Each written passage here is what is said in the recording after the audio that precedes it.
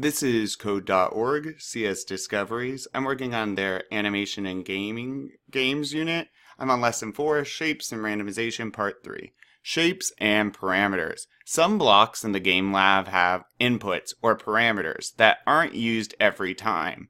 When you first used the rect block, it always created a square with sides of length 50. It has two inputs that you could use to specify its x and y coordinates. Rect also has more optional parameters. And again, parameters are the stuff that goes into the parentheses. These parameters are used to specify its width and height, like we just did.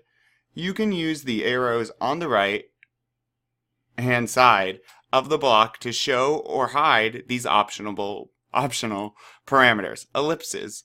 Ellipse also has the optional parameter for its width and height after the x and y parameters. You can show or hide these optional parameters with the arrow on the right hand side of a block, just like the rect block. Great, let's keep it going.